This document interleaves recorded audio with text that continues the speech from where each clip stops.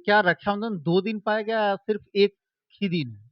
जी देखिए, आखिर इसका प्रक्रिया क्या होता है? जो कैसे लोगों को जो है भाई-बहन को रक्षाबंधन मनाना चाहिए? तो ये क्या मंत्र जो है बहन को भी बोलना चाहिए या फिर ये नहीं है? येन बंधु बलिराजा दानवंद्रो महाबला तेन त्वां वदामि रक्षेदमाचलमाचल। पे कि रक्षाबंधन का शुरुआत क्या राजा बलि से ही शुरुआत हुआ है क्या? नमस्कार, मैं रवि रंजन, आप लोग देख रहे हैं आर्या न्यूज़ भारत।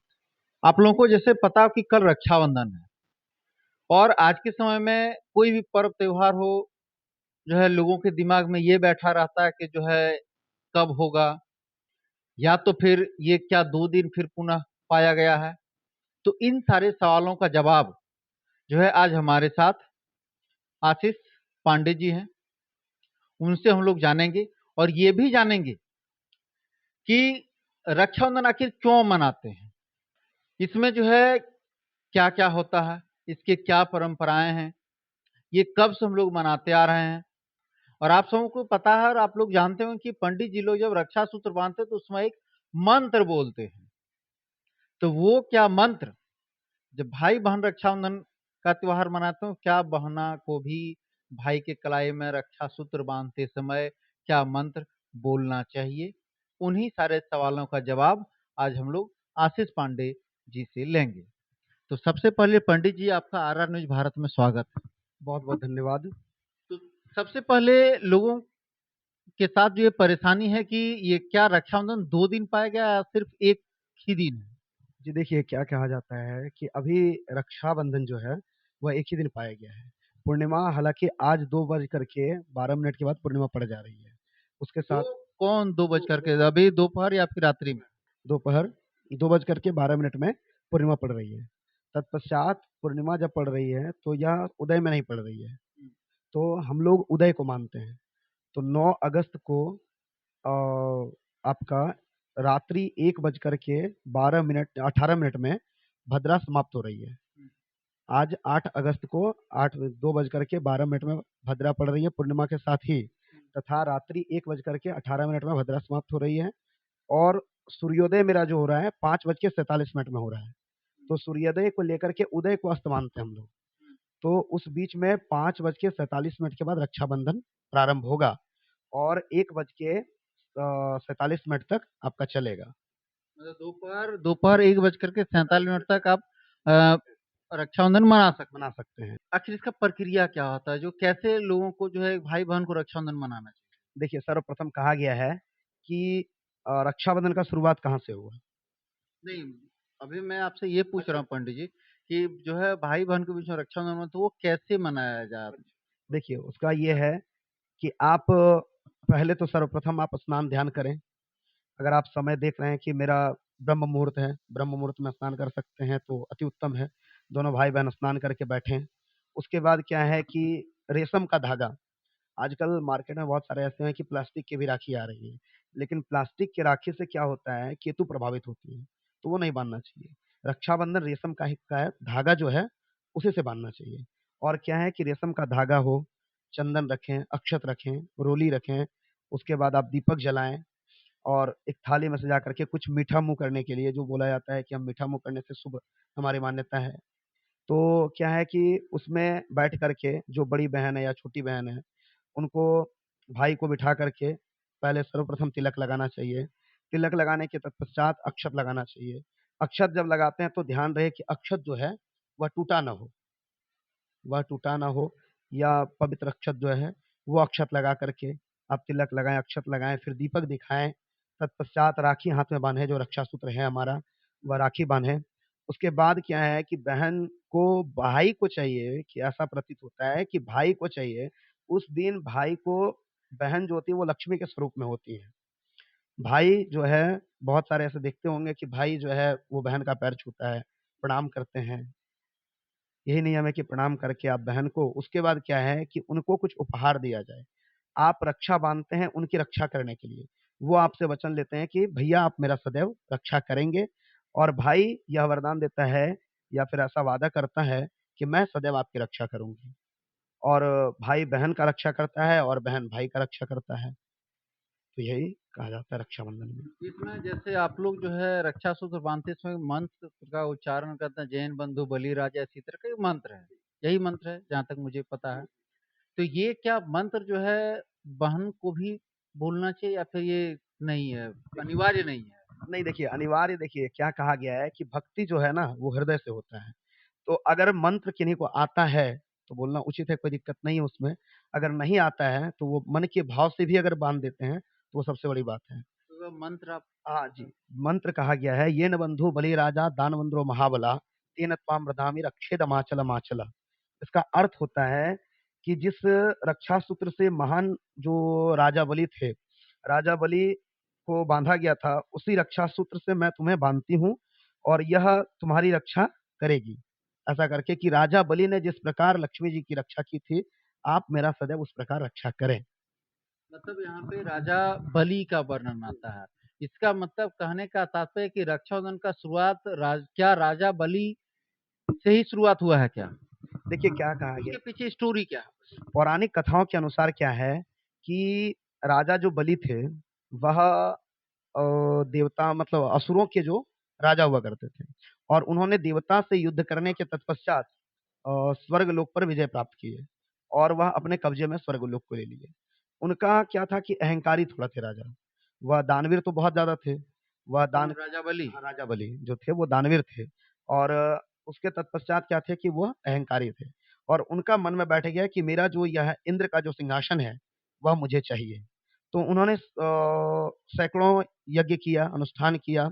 उसके बाद एक दिन का जो समय था, त्रेता युग का जो समय था, वह त्रेता युग में वह राजा वहाँ पे यज्ञ कर रहे थे नर्मदा नदी के किनारे। तत्पश्चात वहाँ पे जब नर्मदा नदी के किनारे यज्ञ कर रहे थे, तो देवताओं ने जाके नारद जी सब लोग मिल कर के भगवान को कहे, विष्णु जी को, कि अगर यह यज्ञ हो जाता है या यज्ञ कर रहे हैं इस प्रकार, तो इंद्र का सिंहासन जो है वह राजा बलि ले लेंगे, तो इसका कोई उपाय करिए। तो भगवान विष्णु ने क्या किया कि बोला कि मैं कुछ उपाय करता हूँ और भगवान विष्णु जी वहाँ एक ब्राह्मण बालक का रूप धारण करके वह उनके यज्ञ जहाँ कर रहे थे नर्मदा नदी के समीप, वहाँ जाकर के पहुँच गए। और राजा बलि ने जब उन ब्राह्मण बच्चे को देखा, तो वह उनका आदर-सत्कार किया। उनके जो गुरु थे शुक्राचार्य जी, वह समझ गए कि यह भगवान विष्णु के अवतार हैं और तब जाकर के जब आदर-सम्मान करने के बाद राजा जो थे, उन्होंने कहा कि हे ब्राह्मण देवता, आप हमसे जो भी माँगना चाहें, वह हमें माँगे, हम दे सकते हैं आपको, हम देंगे। तो दान देना तो उनका बड़ा कर्तव्य था, वो दानवीर ही थे। तो उस ब्राह्मण बालक ने कहा कि क्या मैं कुछ भी माँग सकता हूँ? तो राजा ने कहा कि आप मेरा पूरा साम्राज्य भी माँग सकते हैं, मैं देने के लिए तात्पर्य हूँ और मैं दूँगा। तो क्या है कि उसके बाद राजा जो थे, वहाँ जाकर के बैठे और उनको जाकर के 3 चीज़ माँगे उन्होंने कि पहला जो पग था, बोले कि आप अपने पग से आप नाप लीजिए, मुझे 3 पग चाहिए। तो बोले ठीक है, आप नाप लीजिए। ये पग क्या है पंडित जी? पग यानी पैर। अगर हम एक बार जैसे चल रहे हैं, तो एक पग रखते हैं, जिसको डग भी बोलते हैं हम लोग। तो वो एक पग में वह उन्होंने पृथ्वी और आपका स्वर्ग को नाप लिया। पृथ्वी और स्वर्ग को नाप लिया उन्होंने और दूसरा पग जो था, वह आकाश और पाताल को नाप लिया। उसके तत्पश्चात जो तीसरा पग था, वह रखने के लिए कहीं जगह नहीं थी। तो राजा बलि जो थे वह उन्होंने वादा किया था कि मैं आपको दान दूँगा जो आप माँगोगे। तो वह ब्राह्मण जो थे उन्होंने कहा कि आपने वादा किया था हमसे कि आप 3 पग हमको दीजिएगा, परंतु आपने अब मैं क्या लूँ? 2 पग में ही तो आकाश, पाताल सारा चीज़ और पृथ्वी मेरे पास आ गया, अब क्या चाहिए? तो उन्होंने क्या कहा कि आप मेरे मस्तिष्क पर 1 पग रख दीजिए। तो भगवान ने जब उनके मस्तिष्क पर 1 पग रखा, तो भगवान प्रसन्न हो गए और भगवान ने कहा कि आपकी भक्ति से मैं प्रसन्न हूँ, आप मेरे से जो माँगना चाहते हैं वह माँगिए, मैं आपको दूँगा। ये भगवान श्री विष्णु अद्भुत रूप बना करके अपना उनको बताएँ। उसके बाद क्या हुआ कि राजा बलि ने उनको कहा कि प्रभु आप मैं जो चाहता हूँ वो मुझे दीजिएगा? बोले हाँ, मैं दूँगा। तो उसके बाद राजा बलि ने कहा कि पाताल लोक का राजा जो आप मुझे बनाए हैं, भगवान ने पाताल लोक का उनको राजा बना दिया। और भगवान वो राजा बलि बोले कि पाताल लोक का राजा बनाने के तत्पश्चात मैं जब भी अपने महल में आऊँ-जाऊँ, तो मुझे आपका दर्शन हो, मेरी ऐसी कामना है। तो भगवान कहते हैं कि आपका कहने का मतलब है कि मैं आपका द्वार पे रहूं, क्योंकि द्वारपाल को ही ऐसा प्रतीत होता है कि राजा कब आएंगे, कब जाएंगे। तो भगवान विष्णु ने कहा तथास्तु, और भगवान विष्णु स्वयं पाताल लोक चले गए और राजा बलि के जो महल था वहां पर जाकर के उनका द्वारपाल बन गए। तत्पश्चात जब द्वारपाल बन गए तो माँ लक्ष्मी जो थी इधर उधर भटक रही थी, विष्णु जी को ढूंढ रही थी। तब नारद जी ने देखा कि माँ विलाप कर रही हैं। तो नारद जी ने कहा कि आपके जो पति हैं भगवान विष्णु हैं, वह राजा बलि के यहाँ चले गए हैं और वह द्वारपाल बन के वहां पे हैं, क्योंकि भगवान विष्णु को उन्होंने वचन दिया था। तो जाकर के भगवान विष्णु से माँ पर लक्ष्मी जो थी वह गई और कहा उन्होंने कि आप वैकुंठ धाम को चलिए। तो भगवान कहते हैं कि भगवान ने कहा कि मैं वैकुंठ धाम नहीं जा सकता हूँ, क्योंकि मैं भक्त के अधीन हूँ। भक्त ने मैं वरदान दे चुका हूँ राजा को, राजा अगर बोलेंगे तो मैं जा सकता हूँ।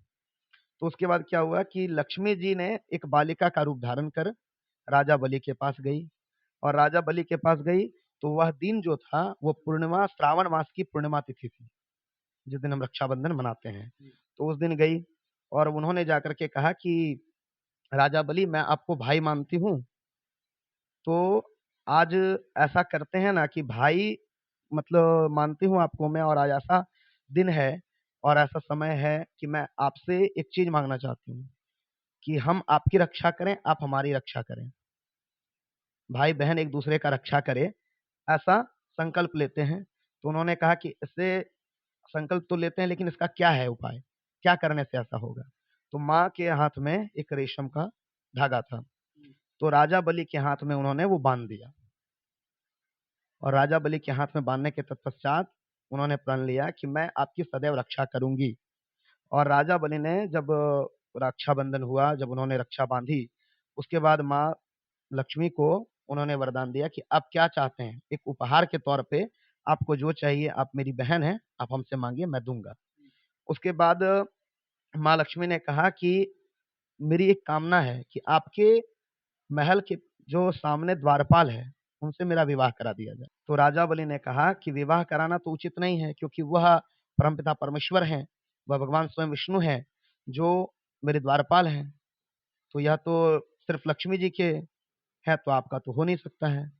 तो माँ लक्ष्मी वह बालिका का रूप धारण की हुई थी, वह बड़े रूप में अपना धारण कर माँ लक्ष्मी के रूप में प्रकट हुई और कहा भैया मैं ही लक्ष्मी हूँ। तो ऐसा कहा गया। उसके बाद माँ लक्ष्मी जो थी उनका और विष्णु जी का विवाह राजा बलि ने कराया, और विष्णु जी को लक्ष्मी जी को दान दे करके, जैसे कन्या का दान करते हैं वैसे विष्णु जी का दान राजा बलि ने किया और लक्ष्मी जी को सौंप दिया, और वो दोनों वैकुंठ को चले गए वहां से। इसका मतलब ये है कि उनसे पहले जो है लक्ष्मी जी और विष्णु जी का जो कभी विष्णु भगवान का शादी नहीं हुआ था। नहीं, शादी हो चुका था, अच्छा, मतलब पुनः विवाह पुनः कराया। विवाह कराया गया कि आपने कहा कि मैं ऐसे आपको नहीं दे दूंगा, आपने विवाह का प्रस्ताव रखा तो मैं मेरे यहाँ भी, मेरे ही महल में और यहाँ पे पाताल लोक में विष्णु जी और लक्ष्मी जी की शादी हो। आपने अगर शादी का प्रस्ताव रखा है तो शादी करा के ही मैं भेजूंगा। अगर मैं शादी नहीं कराता हूँ तो आपको अगर दे देता हूँ ऐसे ही, तो मेरा वो भाई का जो उपहार है आपने जो मांगा है तो वह तो पूरा नहीं होगा। इस वजह से फिर उनका शादी कराया गया और दोनों को भेजा गया। तो उसी दिन से प्रथा चली आ रही है कि राजा बलि जो थी वह लक्ष्मी जी ने राजा बलि को राखी बांधा था और रक्षा करने का वचन दिया था एक दूसरे का, कि भाई बहन का रक्षा करे, और बलि लक्ष्मी जी का रक्षा करेंगे और लक्ष्मी जी बलि का रक्षा करेंगी। तो वहीं से जो है रक्षाबंधन का शुरुआत हुआ होता जी। है। ये लगभग कब की बात है पंडित? ये ये कहीं त्रेता युग की बात है, ये त्रेता युग की बात है। मतलब ये जो रक्षाबंधन का है ये त्रेता युग से ही चला आ रहा है। और एक कहा गया है कि जो द्वापर युग में श्री कृष्ण जी जो थे वह उनके हाथ में जो सुदर्शन था, वह सुदर्शन जो था उनसे उनका उंगली कट गया था।